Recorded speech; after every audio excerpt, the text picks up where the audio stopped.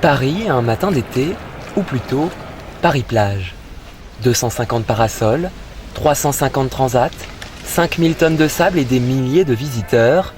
Les vacanciers parisiens y trouvent-ils vraiment leur bulle de décompression? Le sable, les glaces, on peut s'amuser dans l'eau, enfin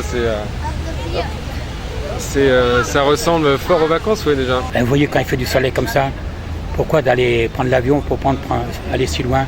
Vous prenez un ticket de métro, vous avez la plage à côté de vous. 3 millions d'enfants ne partiront pas en vacances cet été.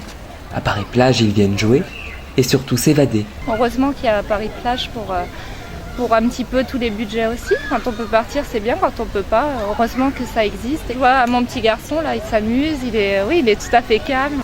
À quelques mètres de là, glaciers et cafetiers ne boudent pas leur plaisir. Moi, j'ai une boutique à Paris et ça me fait plaisir de venir ici. Pour moi, c'est un mois de vacances pour moi aussi, même si je travaille.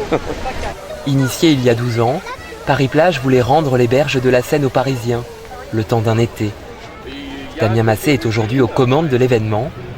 L'objectif de la municipalité de Paris: offrir un petit peu de vacances aux Parisiens qui ne peuvent pas partir en vacances et qui ont pourtant besoin, comme tout un chacun, de goûter un petit air d'autre part. Même s'il y a du monde, il y a de la place pour tout le monde, chacun peut y trouver son compte. Partir, rester, les vacances se sont démocratisées en France dans les années 60. C'est ce que nous explique un historien, Sylvain Pathieu.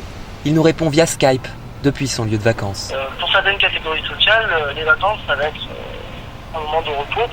Pour d'autres catégories sociales, partir en vacances, ça va être au contraire essayer de s'éprouver, essayer de pousser ses limites, de faire des sports extrêmes, de se lancer des défis. Ou bien ça va être également la possibilité d'être entre amis ou la possibilité d'être avec sa famille.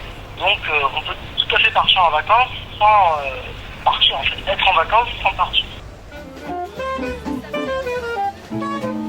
Concerts, jeux et activités rythment depuis 12 ans l'été des Parisiens.